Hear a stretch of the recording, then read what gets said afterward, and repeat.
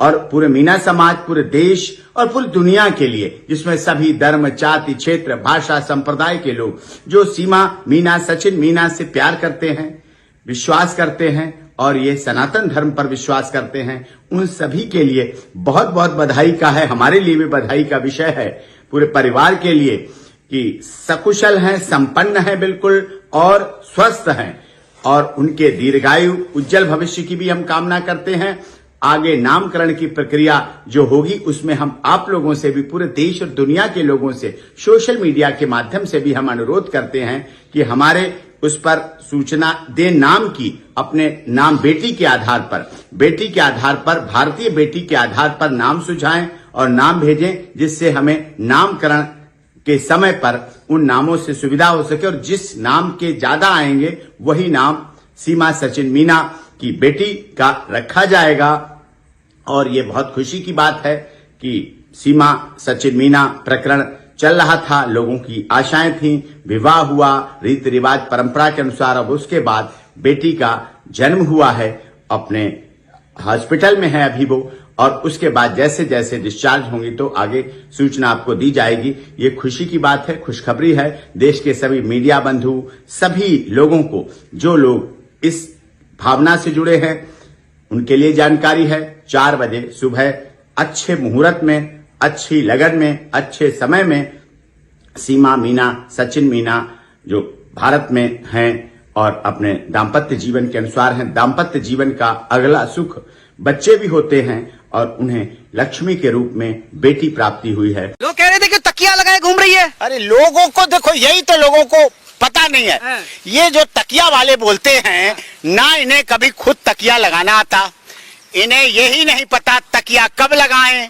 कहाँ लगाएं, कैसे लगाएं, किसके लगाएं, कितनी देर लगाएं, तकिया से फायदा क्या है, तकिया से नुकसान क्या है, तकिया किस तरफ लगाएं, तकिया किधर से मोड़ के लगाएं, कितना मोड़ें, किस तरफ मोड़ें, इन्हें यही नहीं पता है। तकिया तकिया चिल्लाते रहते हैं। ये तकिया किन्हें पता ही नहीं है तकिया लगाई कैसे जाती है, कब लगाई जाती है, उसके लाभ क्या है, उसके नुकसान क्या है, कितनी तकिया कितनी मोटी होनी चाहिए, तकिया कितनी कंफर्टेबल होनी चाहिए, तकिया कितनी पतली होनी चाहिए, तकिया का कवर कितना होना चाहिए, तकिया कहां पर लगनी चाहिए, बेड के सिरहाने लगनी चाहिए, तकिया बीच में लगनी चाहिए, पैरों की तरफ लगनी चाहिए। तकिया का बड़ा महत्व है, लेकिन इन्हें तकिया की अकलें नहीं है। तकिया तकिया बोलते रहते हैं और कुछ नहीं इनके पास है। तकिया सबको पता है, सर के नीचे सिरहाने लगाई जाती है। अरे साहब, पैरों पे भी लगाई जाती तकिया, तुम्हें नहीं पता है? पता करना, तकिया पैरों की तरफ लगाई जाती है, तकिया बहुत जगह लगाई जाती है, तकिया कई जगह लगाई जाती है, तकिया कितनी देर लगाई जाती है, कब लगाई जाती है, कहाँ लगाई जाती है, कैसे लगाई जाती है, कौन लगाता है, कैसी तकिया लगती है, ये सब चीजें बहुत विस्तार की हैं। और आप वरिष्ठ देश के पत्रकार हैं, आपका चैनल भी पूरी दुनिया में देखा जाता है, तो मैं तो कहूंगा ये तो बहुत विस्तार का विषय है कि आप तकिया की इस तरह से करें तो निश्चित तौर पर ये तकिया का बड़ा विस्तृत काम है। पूरा एक ग्रंथ लिख दिया। ग्रंथ है तकिया। तकिया सिर पे लगती है तो ब्लड प्रेशर डाउन रहता है, तकिया पैरों पे लगती है तो ब्लड प्रेशर डाउन से जो लो हो रहा होता है वो हाई होता है।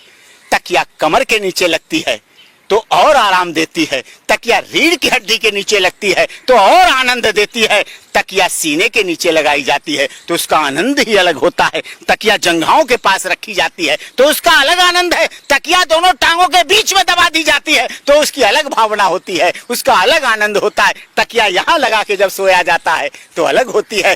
तकिया जब सेना पर गए हुए, बॉर्डर पर गए हुए पति की पत्नी, नवविवाहिता पत्नी उस तकिए को जब अपने गले से लगाकर सोती है तो उसमें उसके पति की खुशबू आती है, उसे उसमें पति की यादें आती हैं, उसमें अपनी उसकी माँ उस तकिया को ऐसे लगा के अपने बेटे को याद करती है, प्रेमिका अपने तकिए को लगा के प्रेमी को याद करती है, दोस्त उस तकिए को लगा के दोस्त को याद करता है। तकिया की बड़ी महत्ता है। तकिया पे बहुत व्याख्यान हो सकता है, तकिया पे निश्चित तौर पर किताब हो सकती है, लेकिन तकिया रिलेशन के लिए बहुत आवश्यक यंत्र है, तंत्र है, मंत्र है, व्याकरण है। तकिया बहुत बड़ा विषय है, उसके साथ घुस के देखिए, उसमें डूब के देखिए, उसका एहसास करके देखिए, उसकी मोटाई देखिए, उसका सॉफ्टनेस देखिए, उसके ऊपर की मखमली वेलवेट की चिकनावट देखिए, तकिए का कवर देखिए, तकिए के अंदर का गद्दा देखिए, ये सब चीजें देखने की विषय है।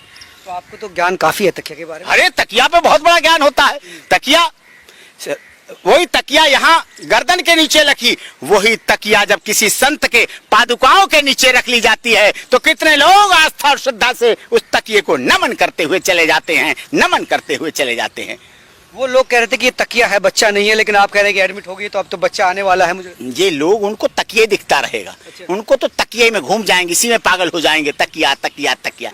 ये लोग पत्रकारिता के नाम पर धब्बा हैं, जो किसी गर्भावस्था महिला का अपमान कर रहे हैं, गर्भवती महिला का अपमान कर रहे हैं, जो लोग महिला का अपमान कर रहे हैं, बाल संरक्षण मंत्रालय का अपमान कर रहे हैं। इन तकिया लगाने वालों को, कहने वालों के खिलाफ महिला आयोग को कार्रवाई के लिए मैं लिखूंगा। जो लोग तकिया तकिया दिखा रहे हैं उनके लिए लिखूंगा मैं महिला आयोग को, उत्तर प्रदेश के महिला आयोग को, नेशनल महिला आयोग को, महिला कमीशन को, कि ऐसे लोगों के खिलाफ कार्रवाई करे। बच्चा तकिया नहीं होता है, बच्चा देश का भविष्य होता है, बच्चा देश का होने वाला नागरिक होता है, बच्चा देश का युवा जनरेशन आता है, बच्चे देश के भविष्य होते हैं, बच्चे परिवार की प्रथा को आगे बढ़ाते हैं, बच्चे वंश को आगे बढ़ाते हैं, बच्चे कितने रिश्तों के साथ आते हैं। देश में उन बाल संरक्षण और गर्भावस्था के समय को इतना मजाक बनाना। बच्चा किसका है, इस पर भी विवाद है, कई लोग सवाल उठा रहे कि ये बच्चा किसका है। बच्चा तो माँ का है, बच्चा उसके पिता का है।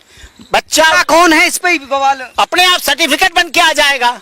सीमा मीना माँ, पिता सचिन मीना, दादा अलग, गांव मोहल्ला ठकुरान, रबुपुरा, जेवर, गौतम बुद्ध नगर, उत्तर प्रदेश नगर। लोग कह रहे हैं ये वकील का बच्चा है। वो तो लोगों को क्या कहने में लगता है, उनके अपने भी बच्चे नहीं होंगे, वो हो सकता है उन पे भी हमें समझ रहे हो, उन्हें मुबारक जो हमें समझ रहे हैं अपने बच्चों का पिता, उनको बधाई।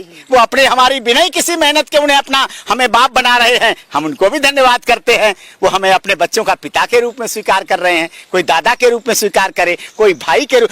एपी सिंह तो देसी घी है साहब, शुद्ध देसी घी है, खरा तपा हुआ देसी घी। रोटी में लगाओ खुशबू देगा, पराठे में लगाओ खुशबू देगा, दाल में लगाओ स्वाद देगा, सब्जी में डालो स्वाद देगा, खोपड़ी में लगाओ दिमाग बढ़ाएगा, चेहरे पे लगाओ सुंदरता बढ़ाएगा, हलवा में डालो खुशबू देगा। सब जगह देसी घी तो रमता रहता है, चलता रहता है। तो AP Singh ji DNA test के लिए तैयार हैं आप? अरे सबका टेस्ट, सब कुछ टेस्ट कराओ, सब कुछ कराओ।